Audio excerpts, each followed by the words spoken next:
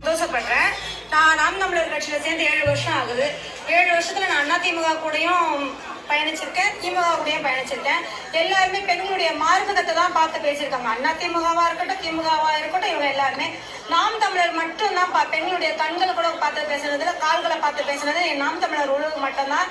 என் தம்பிகள்லாம் வந்து செம்ம, அதெல்லாம் நம்ம சொல்றதுக்கு வாய்ப்பே கிடையாது. இவங்களோட பயணிக்கிறதுக்கு நாங்க ரொம்ப சந்தோஷப்படுறோம்.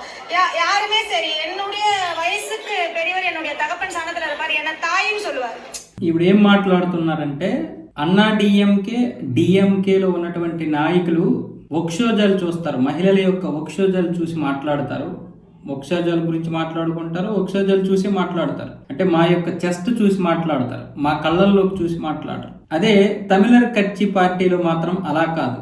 అసలు అక్కడ ఎంత క్రమశిక్షణ ఉంటుందంటే మా కళ్ళల్లోకి కూడా చూడరు, పాదాల వైపు చూస్తారు, మా పాదాలు చూసి మాట్లాడతారు. అంత క్రమశిక్షణగా ఉంటారని ఈవిడ ఒక కార్యకర్త చెబుతున్నారు. నేను ఇంతకుముందు డిఎంకేలో పనిచేశాను, అన్నా డిఎంకేలో పనిచేశాను.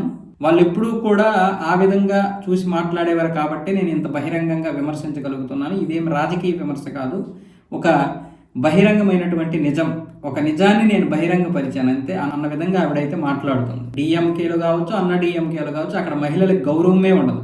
మహిళలంటే కూడా పెద్దగా విలువ ఇవ్వరాలు. కానీ ఇక్కడ వాస్తవం ఏంటంటే అన్నా డిఎంకే ఒక మహిళే ఇన్ని రోజులు పార్టీ నడిపింది. జయలలిత గారు ఏ విధంగా నడిపారో వాళ్ళందరికీ తెలుసు. ప్రతి మంత్రి, క్యాబినెట్లో ఉన్నటువంటి హోంమంత్రి నుంచి చివరి మంత్రి వరకు కూడా మోకాళ్ళు వంగితో ఉండేవాళ్ళు అనమాట. అంటే ఆవిడ రాగానే ఒక విధంగా చెప్పాలంటే చైర్లో కూడా కూర్చోరు.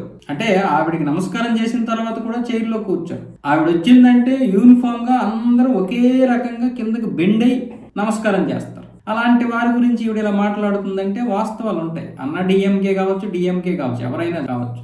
ఒక మహిళ బయటకు వచ్చి నేను అక్కడ పనిచేశాను, నా వక్షోజాలు చూసే వాళ్ళు మాట్లాడుతున్నారు అని ఎలా చెప్పగలుగుతుంది? అలా చెప్పగలిగింది అంటే నిజాలే.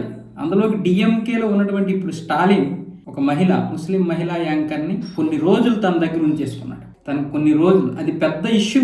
అప్పటికి ఇంకా స్టాలిన్కి రాజకీయ అనుభవం లేదు, ఒక పెద్ద రౌడీగా ఉండేవాడు.